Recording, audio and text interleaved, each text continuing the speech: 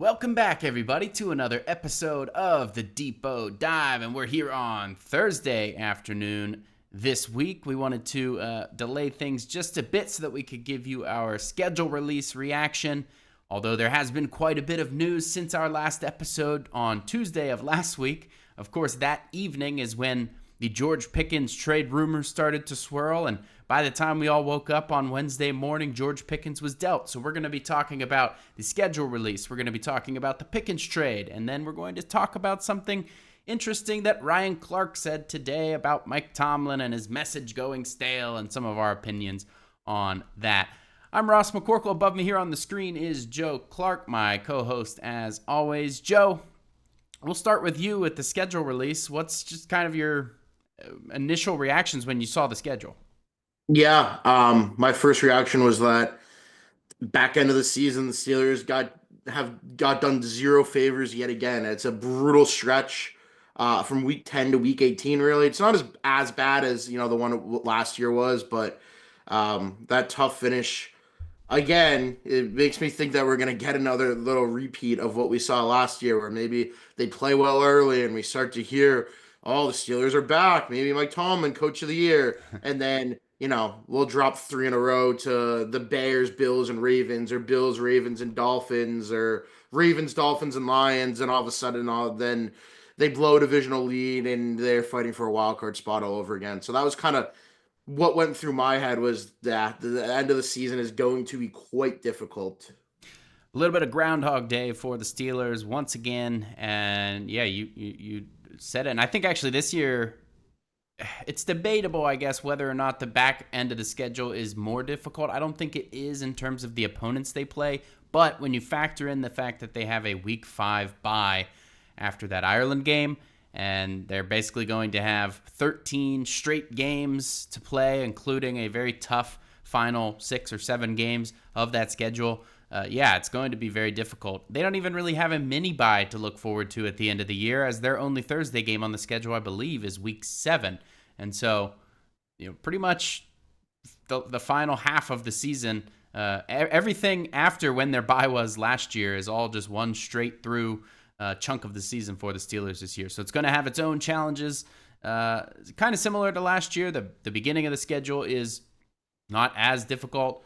I think Warren Sharp Football Analysis, put together like a projection based on, I think, Vegas win totals or projections for each team, who has the easiest schedule at the beginning of the year, who has the hardest schedule at the beginning of the year, and the same for the end of the year. And the Steelers were on opposite ends of the spectrum. They were, I think, like second or third in terms of the easiest schedules over the first 4 weeks, and they were the hardest by a good margin over the last 4 weeks. And so kind of similar structure to last season in some ways, but I think that bye is going to be a huge difference maker.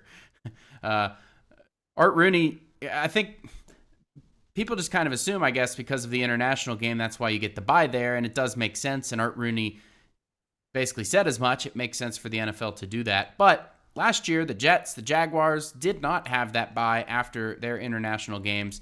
And so it isn't a given. So this isn't just like a default setting of the NFL. And, they could have probably done the Steelers some more favors, especially with how backloaded they have the schedule once again.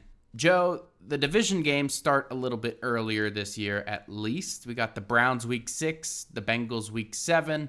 Once again, the Ravens are coming pretty close in succession at the end of the season. The Steelers are only favored in 6 games, once again, like they were last year. I mean, they obviously outperformed that last year, but I don't know. If you had to compare the two schedules, which one would you take? Would you take last year's or would you take this year's? That's a tough question. I would probably, right now, looking at it, I'd still probably take this year's, because you sprinkle in the back half. I mean, you have some winnable games. The Dolphins are winnable week 15. Browns are winnable week 17. I mean, the Ravens are always a winnable game. It's a divisional rivalry. I think they're the better team, but I mean, the Steelers find a way to win those games. These usually at least one of those games every year. Bears week 12 is winnable. So you have some games in the back half that aren't, impossible, but uh, neither of them are, neither schedule is particularly favorable. Yeah. The last year they played the majority of the Final Four in the playoffs over that back half of the schedule. Maybe the same will happen this year, but they're not playing the Eagles. They're not playing the Chiefs. Some of the powerhouses that they played last year are not on their schedule. And so, obviously that Bills game will be tough. And, the Bills obviously could be in the mix for that Final Four. But I think I agree, although I think just last year where the bye was situated, it was a little more friendly. It broke it up. And I'm really worried that come week 14, week 15, somewhere in that range, you're going to start to see a lot of injuries, although they had some of that last year anyways. So I suppose you can't really fully blame that on the schedule. But is there anything else on the schedule that we really want to talk about? I think December has kind of been the main issue for the Steelers over the last few years, and it wasn't at the beginning of Mike Tomlin's tenure, but the last couple of years it's become kind of where everything falls apart. And so are they going to make it back to back to back 3 years in a row of just complete collapses in December? I hope not. They have the Browns right after Christmas on the 28th. They have the Dolphins. I think you can at least go 2-2 in December. I think you should go at least 2-2. Even the Ravens at the beginning of the month, even though that is on the road. So I would hope that they don't collapse. But like you said, end of the season, it's a long stretch of games. At that point, that's where fatigue is going to start to set in. So it wouldn't surprise me, but I think given what this team should be able to do, I would hope that they go at least 500. Yeah, and this is where guys like Jack Sawyer come in handy. This is where adding another, hopefully every down type of player in Derek Harmon is going to come in handy. This is where having a guy like Y.A. Black, maybe he doesn't play at the beginning of the season, but maybe at the end he starts to rotate in as kind of an early down guy to allow guys like Keanu Benton or Cameron Hayward to get a couple of snaps off the field. And so I think that they're set up better depth-wise at a few positions, which will help in certain regards. Inside linebacker is another position. Cole Holcomb's coming back in the mix. You got Malik Harrison now. So I think the defense is actually set up for this 13-game slog at the end of the season. The offense is a different story. The depth concerns me at a number of positions, especially now at wide receiver. That brings us to our next topic, the George Pickens trade. Went down, like we said, last Wednesday early in the morning. The Dallas Cowboys, we had kind of heard rumblings that they were trying to work out a trade. Well, Jerry Jones said it himself that there was 2 substantive trades that he was working on either during or after, potentially after the draft, and it did turn out that it happened after the draft.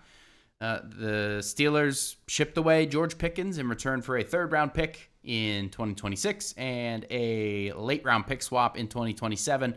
I think that what is that? The Steelers get a 5th and the Cowboys get their 6th. So they're just moving up, a handful of selections there on day 3. So, Joe, the first question: do you think that the return in terms of the actual value that they got for him was appropriate or fair, or who won the trade if you had to assign that? Yeah, I wish that they got a pick this year. I wish that if they were going to trade that happened before the draft, but it seemed all the reports that nobody's really interested in doing that. So I think a 3rd-round pick for a receiver who's had some conduct violations, nothing super crazy, but he's been fined a ton of money. He's apparently behind the scenes things weren't very pretty with him and the Steelers. So I think getting a 3rd and moving up a pick in the 2027 or moving up around in the 2027 draft is fair value. I think it's honestly a pretty even swap. The Cowboys get a receiver to help elevate their passing game. The Steelers move on from a player that they weren't going to re-sign past this year and give themselves more picks in a draft that they're expected to be pretty aggressive in. So I don't really know if there's a clear winner yet, but I think the return is fair. I just wish that they could have gotten a pick this year, but obviously, if a team doesn't want to, if it takes 2 to tango, and if a team doesn't want to dance, then it's not going to happen.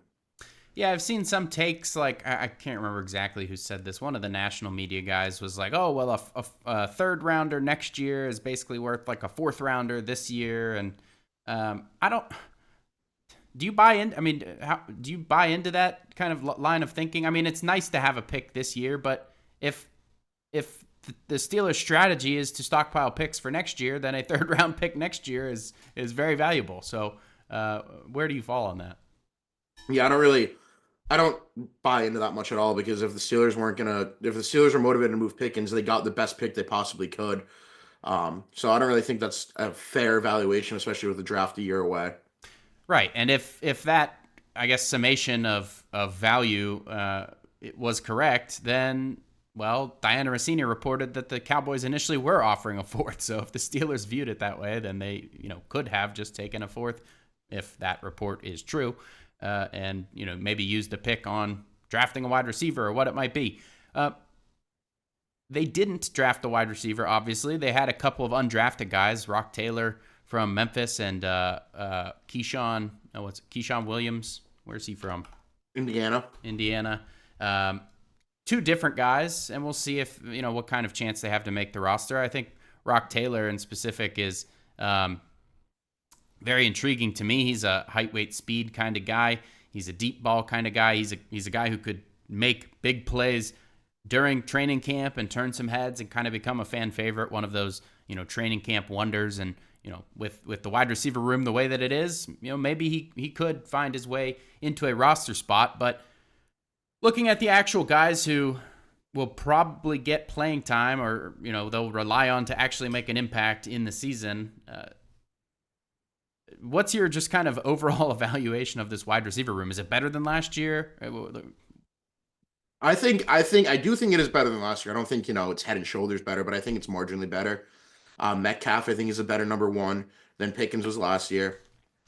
I mean, Van Jefferson was the number two outside receiver last year. I think even Robert Woods at his advanced age is at least going to be more productive as a pass catcher. He still gives you some of that upside as a blocker, so I think there's an upgrade there. Having Roman Wilson healthy, I think at least gives you some flexibility in the slot with him and Calvin Austin. So I do like where it is at in terms of where it was last year, but I would not be surprised if they added another guy to the room, just to, have some insurance. Another body doesn't hurt. I don't think it's much better. I still think it's probably one of their biggest concerns, if not their biggest right now, outside of quarterback, obviously. But I think, yeah, I think it's marginally better than it was last year. So I don't disagree with Omar Khan when he said that, he doesn't think it's the same as last year, but it's still not, where I think it should be. Yeah, you had Calvin Austin. Is it reasonable to expect him to take another step forward? Like, he had kind of a mini breakout. Russell Wilson called him one of the biggest storylines of the Steelers' 2024 season. And, take that what you will. Russell Wilson gassed up all of his guys a lot. But I think Calvin Austin, it was fair to say, he, kind of had a mini breakout. And is it reasonable to expect, like, do you think that he's kind of relatively at his ceiling, or do you think that there's more to a guy like Austin? I think you can get a little bit more out of him. I mean, he's a field stretcher. He showed some decent, ability underneath last year. He had the play against the Chargers where he caught and ran for the 51-yard touchdown. So I think there's definitely more ways they can utilize him and get a little bit more out of him. I don't think, he's ever going to be maybe not like a 1,000-yard guy or anything like that, but I definitely think there's a little bit more upside there. I mean, and missed basically his entire rookie year. So this is really going to be his third year of actually seeing the field. So I think it's reasonable to expect him to, take at least a little bit of a step forward this season. Yeah, I'm trying to remember exactly which weeks George Pickens was out last year. It was 14 or was it 13 through? Was it starting 16? Cleveland through Baltimore? Yeah, because he missed. No, it was 14 through 16. So it was 14, 15, 16 because he came back week 17. Okay, so during that time last year, when Pickens was out and he was more or less their top guy, he was targeted 14 times. He had 10 receptions for 134 yards. No touchdowns during that span, but the Steelers altogether just kind of stalled out on offense over that span. So, yeah, I mean, having Calvin Austin, if he's actually, I think he was starting to ascend, and, the Pickens kind of falling off and getting injured and not doing much down the stretch kind of hurt him in the end. But, yeah, if you have DK Metcalf actually, being that bona fide wide receiver one and a more reliable one at that, then, yeah, I think there's more to a guy like Calvin Austin. I think I've, said it over the last year or whatever, that I'm very high on Calvin Austin III. In general, I think beyond just his stuff on the field, I think he's a good guy to have on the team. Roman Wilson last year called him the leader of the wide receiver room, and that was when Calvin Austin had not really done much on the field. And so for a guy like that to be viewed as the leader, well, one, that says the Steelers don't have the greatest roster on offense, but I think it does say something about Austin as well. And this is a guy that I think, I mean, what, he just finished his third season. He's eligible now for a contract extension. I mean, maybe it's unlikely, but I would like to see him get extended, to be honest. I think, the Steelers can't keep spinning their wheels and churning their entire offensive roster every 2 or 3 years and expecting to build something. When people talk about the Steelers' way dying on offense specifically, well, this is why. There's no continuity whatsoever. And so if you have a guy like Calvin Austin III, who, by all reports, I think, Albert Breer, Diana Rossini, several people now have said that the Steelers like Calvin Austin more than you'd think they do.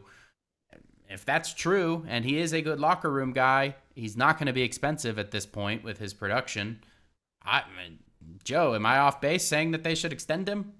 No, I mean, I think right now would be a good time to do so before maybe, he has an improved season and will command more money. But at the same time, he's going to have to want to get that extension. He might want to prove that he can have, maybe a breakout type of year this year and wants to wait to see, what his value could be after this season with more of a clear cut number two role for him. So I think from the Steelers side that it would be something that they should definitely consider and look into. And if they think they can get something done and he's willing to do it, then I agree. But I just think he might have to be more willing to take a deal and maybe take less than he could get after this upcoming season. Sure. And, maybe he does bet on himself. But Roman Wilson might be nipping on his heels. What happens if Roman Wilson starts to eat into those, wide receiver 2 type of snaps, or Robert Woods, or, we wrote a lot last year about the fact that Arthur Smith doesn't really use slot receivers a whole ton. And now last year he did, but he also admitted that he had to kind of pivot his preferred scheme last year because of the personnel available to him. And so, if maybe now this year things look a little different and he's able to get back into his swing of things with his outside zone and his run heavy stuff, maybe getting fullbacks back on the field, using those 3 tight end sets a little bit more, maybe we start to see less of that third receiver. And what does that mean if Roman Wilson's, sharing snaps with Calvin Austin? I think these are things to consider for Austin, but I agree. I think he probably could make more money after the season. I think he's due for another step forward. What he had in total last year, I had that pulled up just a second. 548 yards, 4 touchdowns on 36 catches. So, I could see him get up to the 50, 45 to 50 catch range, something like 700 yards. That wouldn't be a total surprise to me. I think he has that in him. And I guess we will just have to see. Roman Wilson, hard to really speculate on him since he basically didn't play, but I think it's reasonable to expect him to contribute possibly in a big way. I mean, just watching him at the Senior Bowl, he was the real deal. He was torching Quinyon Mitchell, who ended up being the first corner off the board last year and obviously played a big role in the Eagles' Super Bowl run. So, Roman Wilson's a guy that I think a lot of people are sleeping on in general. So, yeah, all that to say, I think I do buy Omar Khan's assessment that this wide receiver room this year is better than last year's. Joe, will they add? If they do, is it going to be free agent? Is it going to be a trade? What roughly can we expect? Yeah, it doesn't really seem as if right now they're shown much interest in the free agency market. I mean, Omar Khan, it said that they're open to add, but they like where they're at right now. So I think that kind of rules out them kind of going and signing, a Gabe Davis or an Amari Cooper or somebody like that. I think ultimately, if they do sign Aaron Rodgers, I don't think anybody would be surprised to see them flip a late round pick for Alan Lazard. Mike Florio said he was in play for the Steelers right after the Steelers traded Pickens. Ray Fittipaldo said that the Steelers could look to make a move after if Rodgers signs. So I think that's probably the most likely name you're looking at. It's kind of boring, but Rodgers likes him. He can be productive. He wouldn't hurt to have in the room at least. So I mean, it's gonna be for like a 6th or 7th round pick. So I think that's probably the one name that I kind of have in mind right now. I mean, I wouldn't hate if, I mean, they're not going to do it. He's already visited with the Niners and the Giants. And I can't believe I'm saying this because Gabe Davis has been like one of the most frustrating players to watch because he's so inconsistent on a week to week basis, it seems. But I wouldn't hate adding him. I mean, he's a little banged up right now, so I think he'd probably come cheap. And I just think there's upside there. He's another burner. He's a guy that can play in the slot and play outside. And I just think he would be a solid addition. And I think they have the pieces right now with Calvin Austin, with Roman Wilson, with Robert Woods, that even if he's not fully healthy to start the season, they have guys that can supplement it. And then, we talked about the difficult second half of the season, the schedule. I mean, he comes back, I don't know, some point during the season fully healthy. And I think he would be a nice piece to have in the receiver room. I just don't think that it's going to happen. But personally, it's something I would probably look into just because I think he's still young, 26. He's still pretty young. So there's still enough there that I think he would be a nice piece to have and maybe a potential, number two option to supplant Robert Woods on the outside right now. But yeah, I would say it's highly unlikely, just something that I would like to see them do. Yeah, I think one of those Packers receivers is like, I mean, what they drafted Savion Williams and they drafted Matthew Golden, and so one of those guys is not going to make the roster. I'm not talking about their drafted rookies, but one of their, Romeo Dobbs or Alan, whoever, not Alan Lazard, he's on the Jets, but who else is over there? Christian Montavious Watson, Wicks. and yeah, Wicks. There's all kinds of guys over there, and one of them's not going to make the roster, or the Packers will be willing to trade them kind of near the roster cut downs, maybe to get like I don't know, a sixth or a seventh. I mean, the Steelers have plenty of draft capital next year to toss over a sixth and barely notice it's missing. I mean, what? The Steelers now have up to 12. They have 12 picks right now as it's, well, okay, I shouldn't say they have 12. They are projected to have 12.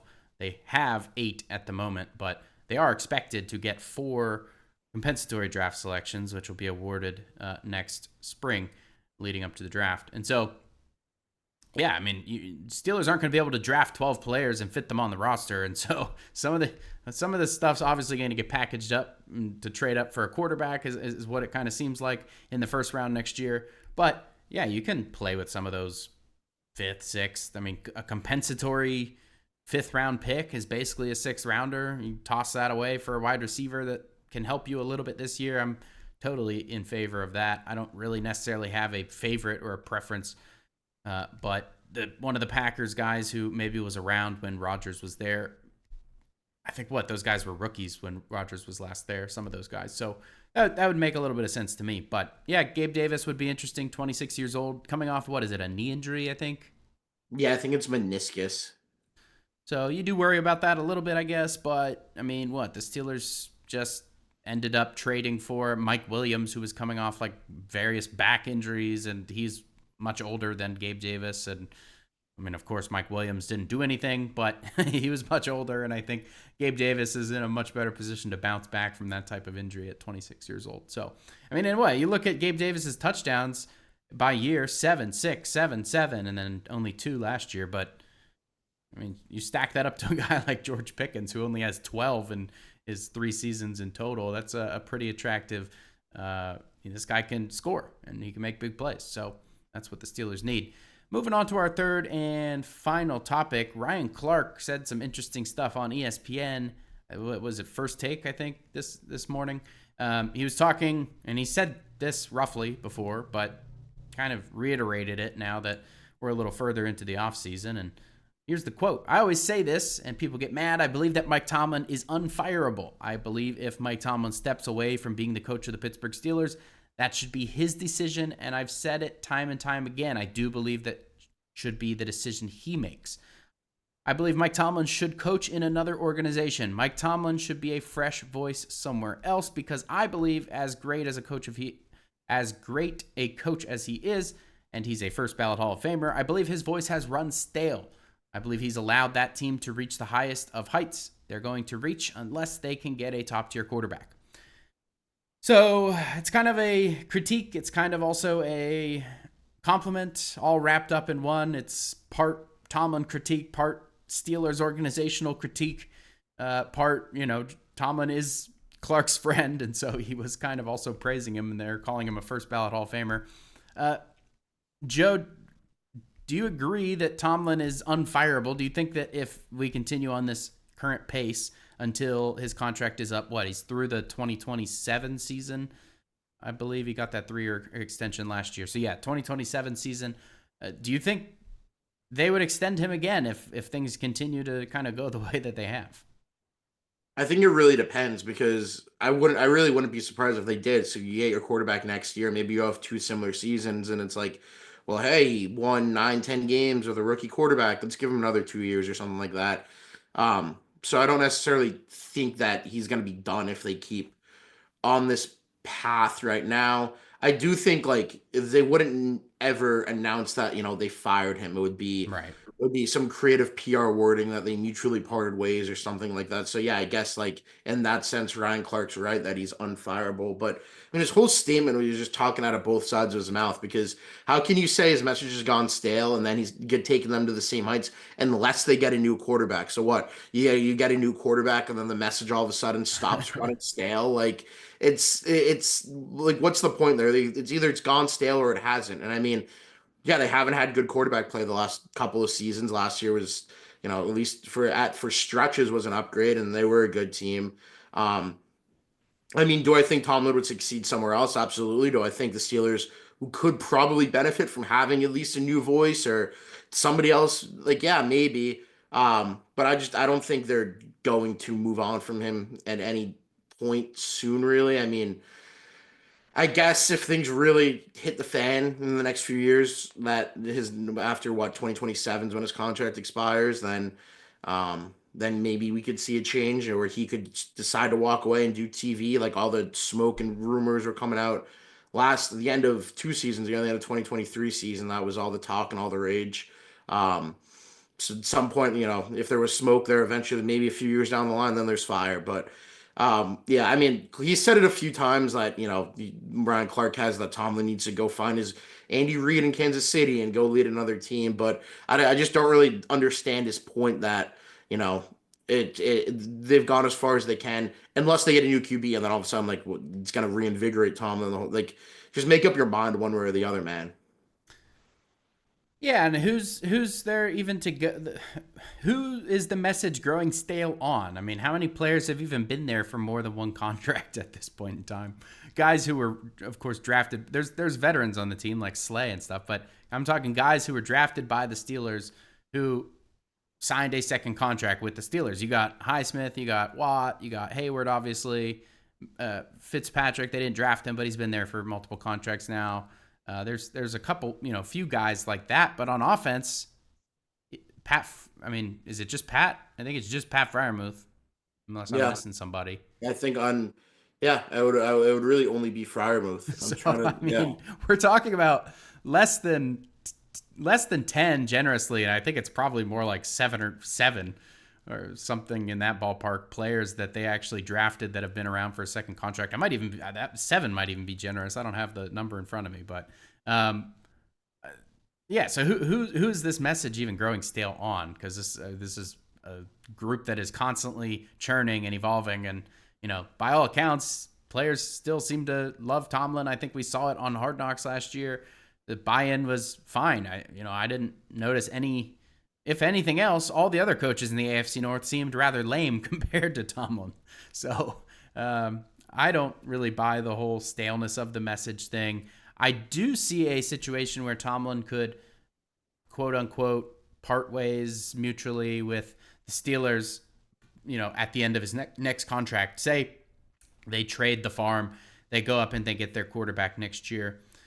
Well, what's coming down the pipeline? TJ Watt probably getting close to retiring by the end of that Tomlin's next term. Maybe not quite retiring, but certainly probably starting to fall off in effectiveness. Cameron Hayward almost certainly will be gone by then, although I don't want to assign anything because he obviously proved some people wrong last year, but I would be surprised if he makes it all the way through 2027. I don't know. Minka Fitzpatrick, he's probably not around anymore by then. So this defense, you're not talking about the same defense anymore.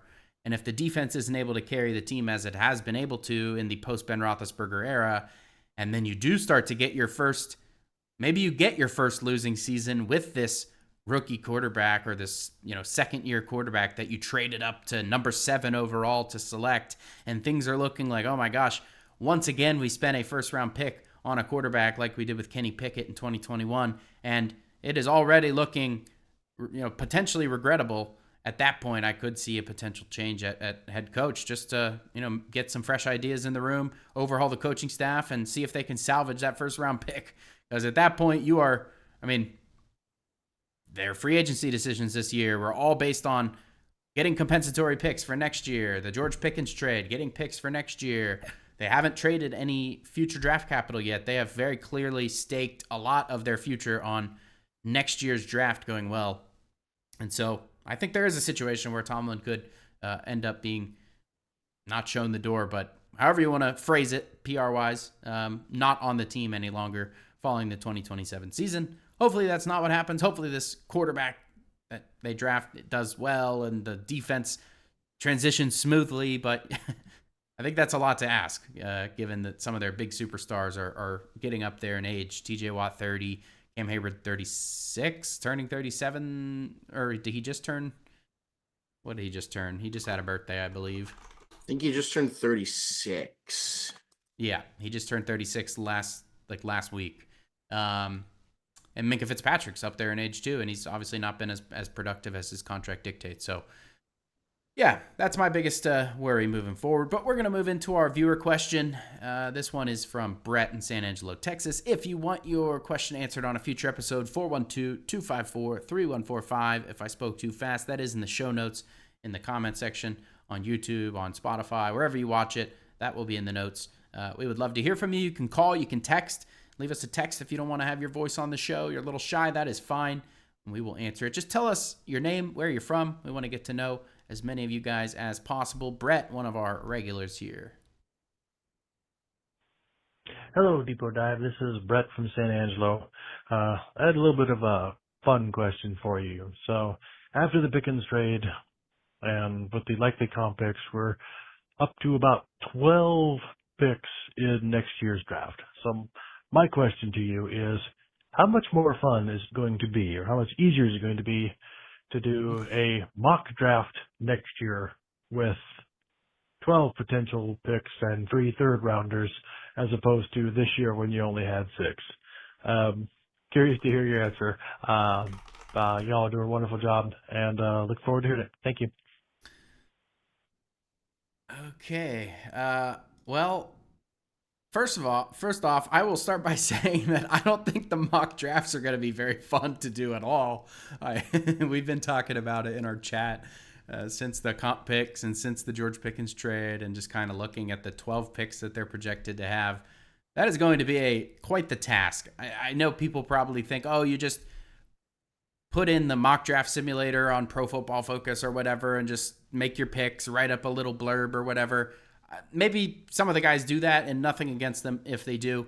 Personally, I'm just kind of shooting from the hip, kind of looking at roughly where some of these guys might go and kind of doing everything from scratch. I don't really use a simulator to make those mock drafts. There's quite a bit of thought that goes into them, although I'm sure some of you in the comments have told me that they are brain dead projections. That's fair. I think it comes with the territory of mock drafts, but they do take quite a bit of time. And so the idea of putting together a 12 pick mock draft, oh man, I got to clear a whole afternoon to actually complete one of those things. Maybe Joe has a different take. Yeah, no, I mean, it might be. I was gonna say I don't think it's gonna be that much more fun. I don't even think it's gonna be that much easier either, because you got to evaluate a lot more going under it with 12 picks, what positions to prioritize, where other teams might be looking, who's gonna. So I don't necessarily think it'll be more fun or easier. I think it's gonna be a lot harder. It's gonna be a lot more time consuming. And who knows? Maybe they'll deal with some of those picks by the time we get to mock draft season next year. But yeah, I would say that the 12 pick mock drafts are definitely going to be a struggle. Well, if anything, a lot of us, hopefully, will be able to claim, hey, we got, maybe not a couple of the picks correct, but maybe you got a couple of the names correct throughout the draft. Hopefully, if they're actually spending all 12 picks. Of course, we don't expect them to actually do the 12 picks. I just ask, if Omar Khan, if you're listening, please make that trade early in the process, like the Minnesota Vikings did when they moved up to get J.J. McCarthy. Make that trade a little bit ahead of the draft so that we know what we're working with. Maybe we can have, 7 or 8 picks to mock up instead of 12. That is my request. But thank you for the fun question there, Brett. And again, if you want to have your question answered on a future episode, 412-254-3145. Oh, Joe, what's coming up? Is there anything coming up? OTAs on May 27th. That's 12 days away from right now. I don't think much else between now and then. Some sort of league meeting thing next week that we might get some news out of, just league-wide sort of news. I know they're voting on the flag football, NFL players being able to play in the Olympics. So maybe some, little tidbits out of that, but nothing else huge upcoming. But who knows? Maybe Aaron Rodgers will sign. Oh, one more quick question. The alternate uniform thing that Art Rooney teased, what's your prediction? He said new and different. So this isn't a rehashed throwback uniform that they've worn, at least probably recently. Obviously, if it's a throwback, they wore it at some point. But do you have a favorite or a wish list or a prediction for that? I don't know. I mean, I think he said the new helmets too, which could mean the gold helmets are coming back in some capacity. I wouldn't be surprised if we got those old Batman uniforms. I don't think they've worn those yet, so that would at least be new and different. If there was going to be a throwback sort of thing, it would make sense. That they're doing it against the Packers because two historic organizations. So you could get like a real throwback type of game there. But yeah, I don't really have anything top of mind that I think I would really, really like to see or know what we're gonna see. But they'll at least be fun and interesting. That'll be nice to have something fresh for the first time in a few years. Yeah, my hope is that the Steelers and the Packers coordinate. I know a lot of teams wear their alternate jerseys at their home games, but it would be fun if the Packers joined in on the festivities and wore one of their throwbacks. In fact, if the Steelers wear their Batman and the Packers wear one of their throwbacks that looks very similar to the Batman, it could be a pretty, well, I don't know if they'd even be able to do that because they look so similar. It might just be, I'd have to pull them up side by side, but they do look pretty similar, I know. But yeah, I think wearing them against the Packers, these are two of the most historic organizations. The Packers have the most championships. The Steelers have the most Super Bowls, is a home run idea by Art Rooney. He said they're also going to be wearing those color rush against the Dolphins. He said that is where he believes it will be, so that's not set in stone, but it seems like the Dolphins on, what is that, Monday night or late in the season, is when they'll wear those color rush. And they're allowed to wear up to 4 alternates. It sounds like they're only planning those 2, but I guess we'll see. Maybe they'll whip out the block numbers or something like that along the way as well. I think that's all for today's episode. We will catch you guys next Tuesday. We'll go back to our normal Tuesday slot now that the schedule release is out of the way. I'm Ross, that's Joe, and we will catch you guys next time.